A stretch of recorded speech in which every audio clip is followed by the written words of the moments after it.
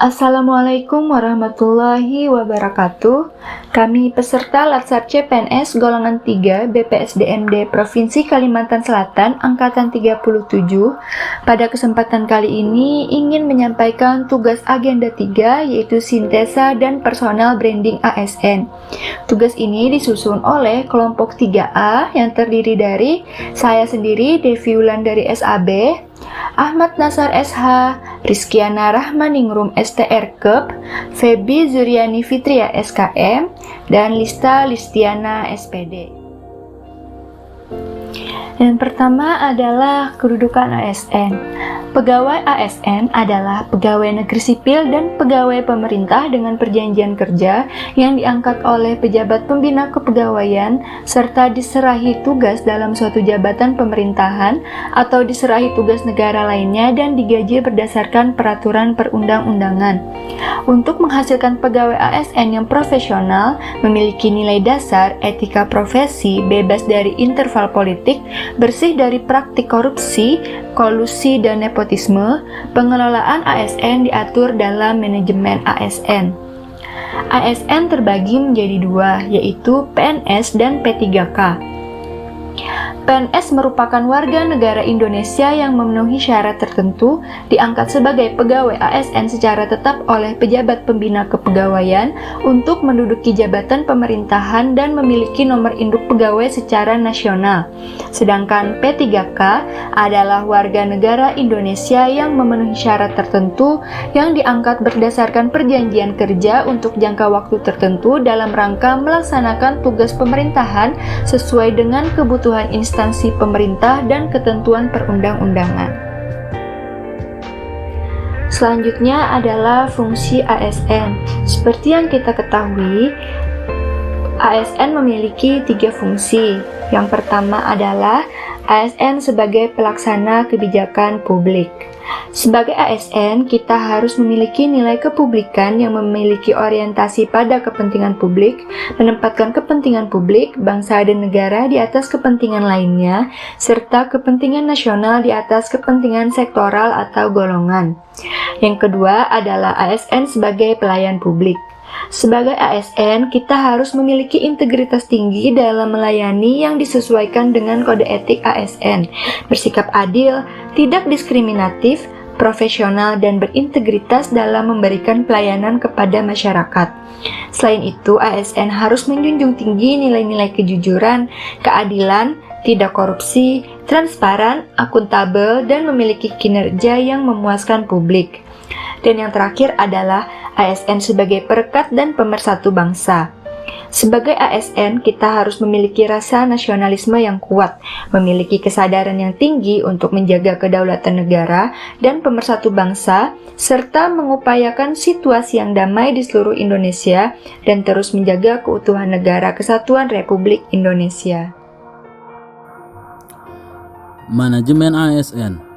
Manajemen ASN merupakan dasar pengelolaan ASN dalam rangka menghasilkan ASN yang profesional, memiliki nilai dasar, etika profesi, bebas dari intervensi politik, bersih dari praktik korupsi, kolusi, dan nepotisme.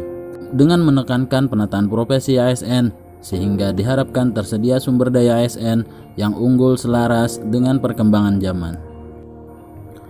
Sistem merit.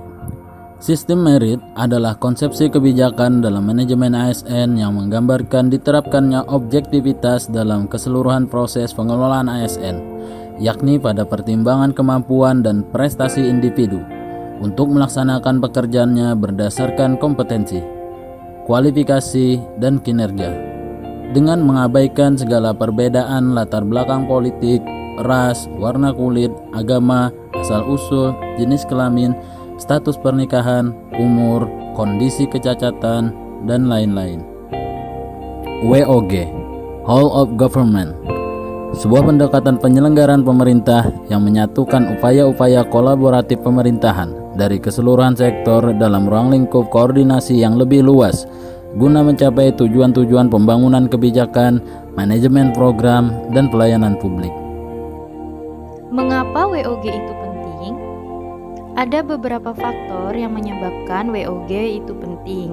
Faktor-faktor tersebut yaitu 1. Adanya faktor-faktor eksternal seperti dorongan publik dalam mewujudkan integrasi kebijakan, program pembangunan dan pelayanan agar tercipta penyelenggaraan pemerintahan yang lebih baik.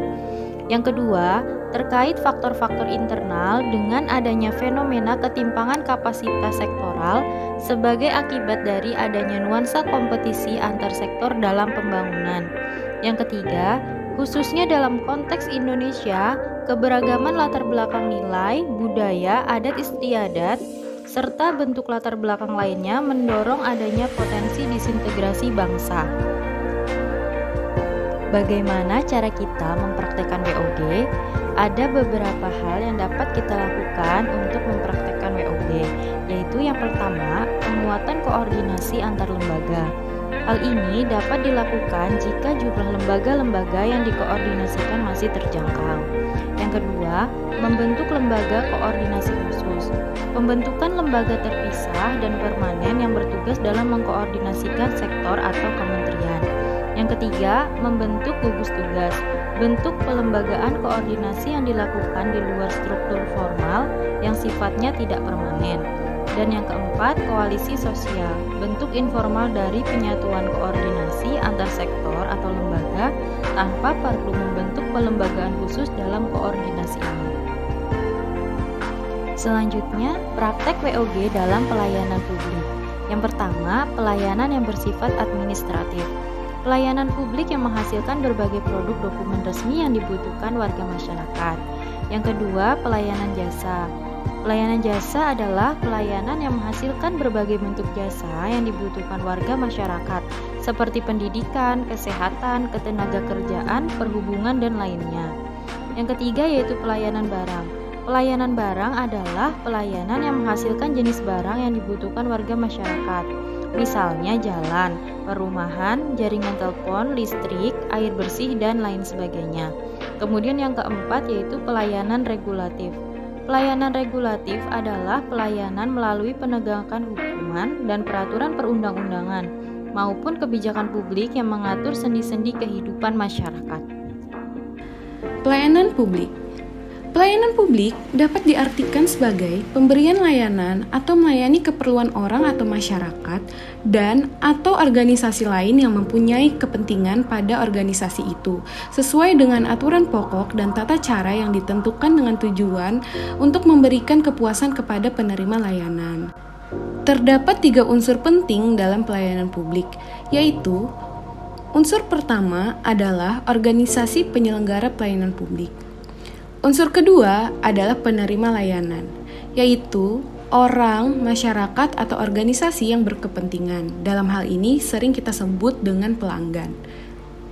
Dan unsur yang ketiga adalah kepuasan yang diberikan dan atau diterima oleh penerima layanan atau pelanggan.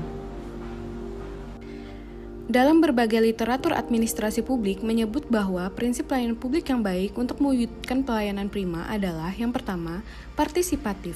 Dalam penyelenggaraan pelayanan publik yang dibutuhkan masyarakat, pemerintah perlu melibatkan masyarakat dalam merencanakan, melaksanakan, dan mengevaluasi hasilnya. Yang kedua, transparan. Dalam menyelenggarakan pelayanan publik, pemerintah sebagai penyelenggara pelayanan harus menyediakan akses bagi warga negara untuk mengetahui segala hal yang terkait dengan pelayanan publik yang diselenggarakan oleh pemerintahan tersebut, seperti persyaratan, prosedur, biaya, dan sejenisnya. Masyarakat juga harus diberi akses yang sebesar-besarnya untuk mempertanyakan dan menyampaikan pengaduan apabila mereka tidak merasa puas dengan pelayanan publik yang diselenggarakan oleh pemerintah. Yang ketiga, responsif. Dalam penyelenggaraan pelayanan publik, pemerintah wajib mendengar dan memenuhi tuntutan kebutuhan warga negaranya, tidak hanya terkait dengan bentuk dan jenis pelayanan publik yang mereka butuhkan, akan tetapi juga terkait dengan mekanisme penyelenggaraan layanan, jam pelayanan, prosedur, dan biaya penyelenggaraan pelayanan. Sebagai klien masyarakat, birokrasi wajib mendengarkan aspirasi dan keinginan masyarakat yang menduduki posisi sebagai agen. Yang keempat, tidak diskriminatif. Pelayanan publik yang diselenggarakan oleh pemerintah tidak boleh dibedakan antar satu warga dengan warga negara yang lain atas dasar perbedaan identitas warga negara seperti status sosial, pandangan politik, etnisitas, agama, profesi, jenis kelamin, atau orientasi seksual, difabel, dan sejenisnya. Yang kelima, mudah dan murah. Penyelenggara pelayanan publik di mana masyarakat harus memenuhi berbagai persyaratan dan membayar fee untuk memperoleh layanan yang mereka butuhkan harus diterapkan prinsip mudah. Artinya, berbagai persyaratan yang dibutuhkan tersebut masuk akal dan mudah untuk dipenuhi. Murah dalam artian biaya yang dibutuhkan oleh masyarakat untuk mendapatkan layanan tersebut terjangkau oleh seluruh warga negara. Hal ini perlu ditekankan karena pelayanan publik yang diselenggarakan oleh pemerintah tidak bermaksud untuk mencari keuntungan, melainkan untuk memenuhi mandat konstitusi. Yang keenam, efektif dan efisien. Penyelenggara pelayanan publik harus mampu mewujudkan tujuan-tujuan yang hendak dicapai. Dengan cara mewujudkan tujuan tersebut dilakukan dengan prosedur yang sederhana, tenaga kerja yang sedikit, dan biaya yang murah. Yang ketujuh, aksesibel. Pelayanan publik yang diselenggarakan oleh pemerintah harus dapat dijangkau oleh warga negara yang membutuhkan. Dalam arti fisik, dapat dekat, terjangkau dengan kendaraan publik, mudah dilihat, gampang ditemukan, dan lain-lain. Dan juga dapat dijangkau oleh arti non-fisik yang terkait dengan biaya dan persyaratan yang harus dipenuhi oleh masyarakat untuk mendapatkan layanan tersebut. Yang kedelapan, akuntabel. Penyelenggara pelayanan publik dilakukan dengan menggunakan fasilitas dan sumber daya manusia yang dibiayai oleh warga negara melalui pajak yang mereka bayar. Oleh karena itu, semua bentuk penyelenggaraan pelayanan publik harus dapat dipertanggungjawabkan secara terbuka kepada masyarakat. Pertanggungjawaban di sini tidak hanya secara formal kepada atasan, akan tetapi yang lebih penting harus dipertanggungjawabkan secara terbuka kepada masyarakat luas melalui media publik baik cetak maupun elektronik. Mekanisme pertanggungjawaban yang demikian sering disebut dengan social accountability. Yang kesembilan, berkeadilan. Penyelenggaraan pelayanan publik yang dilakukan oleh pemerintah memiliki berbagai tujuan. Salah satu tujuan yang penting adalah melindungi warga negara dari praktik buruk yang dilakukan oleh warga negara yang lain. Oleh karena itu, penyelenggaraan pelayanan publik harus dapat dijadikan sebagai alat melindungi kelompok rentan dan mampu menghadirkan rasa keadilan bagi kelompok lemah ketika berhadapan dengan kelompok yang kuat. Dalam pemberian pelayanan kepada pengguna jasa, ada beberapa dasar etika yang seharusnya dilakukan oleh ASN.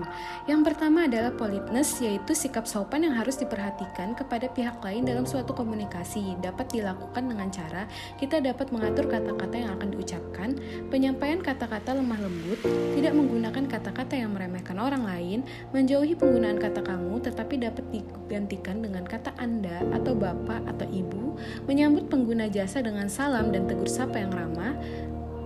Kemudian sesama ASN saling bertegur sapa. Yang kedua adalah respectful, yaitu sikap menghormati dan menghargai pihak lain secara baik dan wajar. Dengan cara kita menghargai pendapat dan usul pengguna jasa, mematuhi perintah atasan dan tidak suka membantah, dan atasan hendaknya juga mendengarkan pendapat dari bawahan.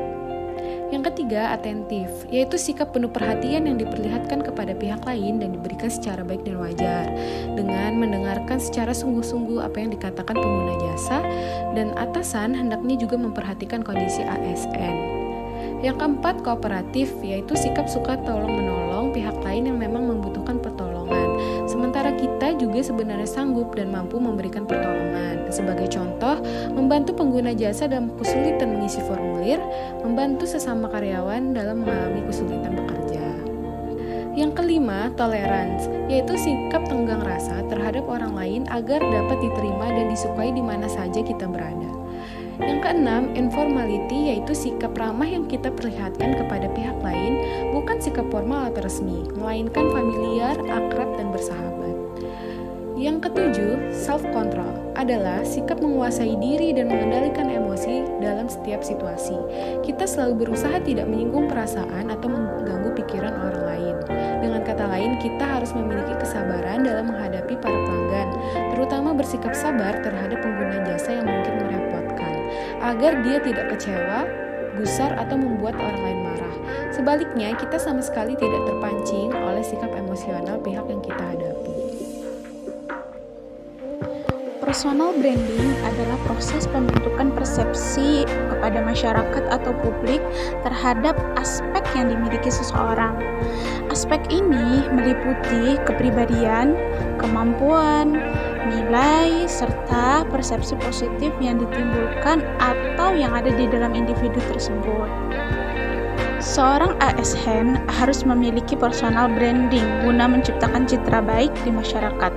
Adapun personal branding yang dapat dimunculkan oleh seorang